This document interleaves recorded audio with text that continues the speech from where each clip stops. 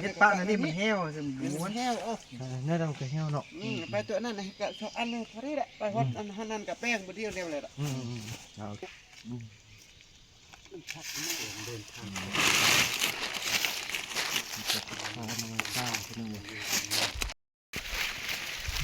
ตอนนี้เป็นตอนกลับแล้วพี่น้องเอ้ยตอนนี้กำลังประมาณ10-11 โมงเนาะพี่น้องโอ้ปลามาแล้วเด้อมาฮอดสถานที่แล้ว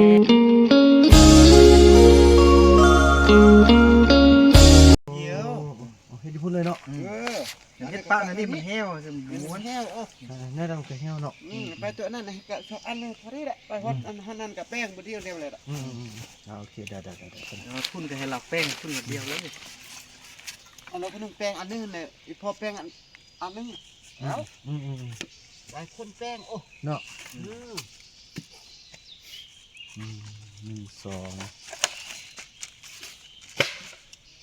ให้เขาเจ้าเกี่ยมมันเด้อทักเมื่อเกี่ยมเด้อเขาก็ไปสำห้องเด้อแม่บ่แพ้ติอันนั้นน่ะแพ้บ่มาค่อยพายค่อยช่วยได้ป่ะสันให้แม่จับกันว่าสันนะแม่จับกองท่านสั่งอะไรเป็นช่วยพี่น้องเพิ่นจะเป็นแคบเด้อพี่น้องแม่จะจับอันนี้ไปเพราะว่าค่อยจับอันนี้บ่มีมือจับกองเนาะเพิ่นอันบ่มีจับกองอย่างละพี่น้องโอ้ยอาปีสลังแล้วเนาะอู้ดักก็ได้ขึ้นไหนกันเหม่เนี่ยเป็นกระเจ้าของจักรักษาปลาด้วยพี่น้อง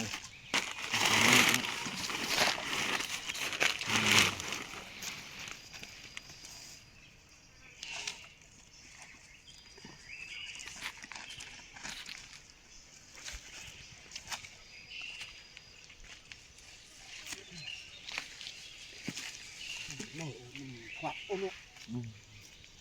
มันชักไม่เดินทางจักพามาฆ่าพี่น้องบางทีมาบานมาเฮือนกับมาสบูบีพยากจากอัน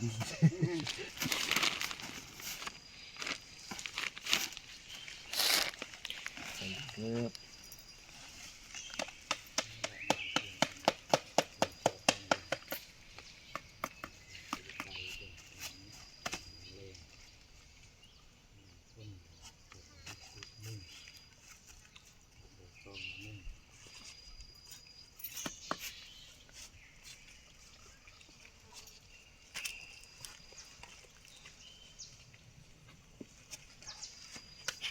ร้อยดอก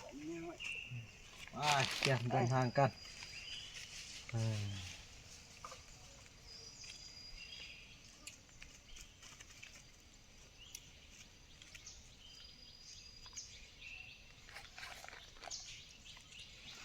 เป็นเสื่อมผ่าเสื่อมนั่นไปก่อนโอ้หอมเมียงเ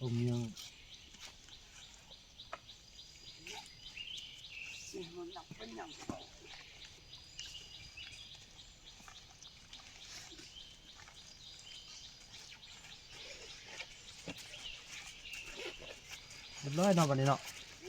ไปเดินทางกลับบ้านกันมาดิเลยบอกคนเด้ออย่าซื้อนี่ตัวนี้เด้อเลยตำตัวนี้เนี่ยจับตัวนี้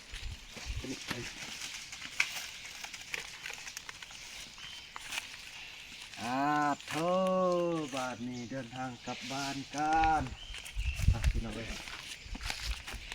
จะยังไว้กลับบ้านแล้วพี่น้องเอ้ย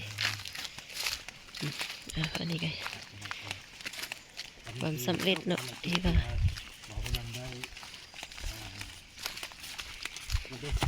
เดี๋ยวจะมาเที่ยวข้าวให้จะออกไปเที่ยวงานบุญไปงานบุญของทางพนักงานเนาะโดยจัดขึ้นทุกปีพี่น้องเลยบุญประเพณีเรากำลังเดินห้าปีซอกเป็นเขาต้องเมืองเป็นไรให้ ให้โตไปให้เบิ่งอยากให้ทุกคนได้รู้เป็นว่ามีเราเป็นเผ่ามีเราลุ่มเรามงเป็นมุเรียนในโรงเรียนไล่เลยอันนี้ครับเซตเก่าเซตเป็นเผ่าเนาะที่นั่นคือเป็นเก่ากับเป็นเผ่าตรงเหลืองนิดหน่อยเช่นที่ไหนเนี่ยมีเสียงเนาะแล้วไม่มีเขาทำไม ตอนนี้เป็นตอนกลับแล้วพี่น้องเอ้ยนำโดยบ่าวบุญนำเนาะเมื่อคืนนี่กันนอนป้าก็คือว่าทานขึ้นมาแล้วเนาะสำเร็จไปด้วยดีเนาะเมื่อคืนนี่เนาะในนอนป้าเนาะอันนี้ก็ต้องเป็นประมาณ8 โมงเลยเนาะอยู่พอเข้าก็ได้เดินทางกลับบ้านเนาะวันนี้ก็เป็นบ่าวบุญนำเนาะนำพางไปเนาะก็เมนกแล้วก็โหคำไพ่เนาะ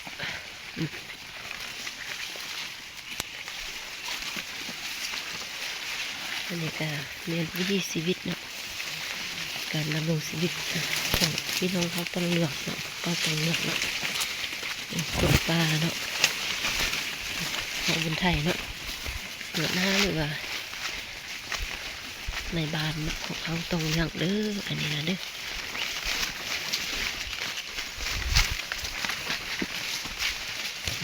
ที่เดินทางไปเรื่อยๆเนาะ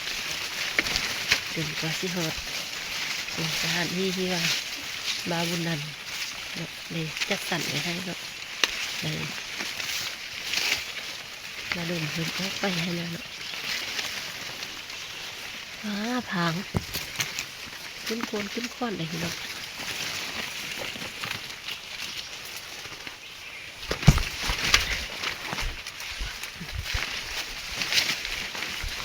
ยางไหวเด้อเพิ่นยางผู้ไหว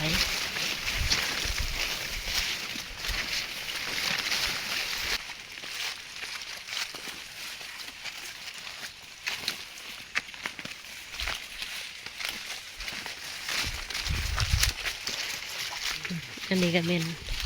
กระบวนเนาะการเดินทางของทีมงานเขาเนาะที่ว่าได้มาหาพ่อคำไผ่อยู่ในป่าเนาะก็ไปกะเกียมแสดงดูงานบุญกองเขาย่างเนาะอยู่ที่เมืองเชียงเด้อพี่น้อง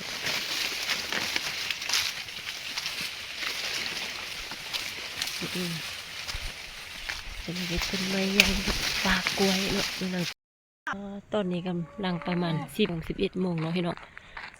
โอ้ปลามาแล้วเด้อมาฮอดสถานที่แล้วเนาะมาฮอดสถานที่พักเศร้าแล้วเนาะของบ่าวบุญนำแล้วนะพี่น้องเนาะ เบิ่งมาดิมานั่งแปะอันนี้อาจจะให้วิดีโอพูดสิ่งงามกันเอามาแม่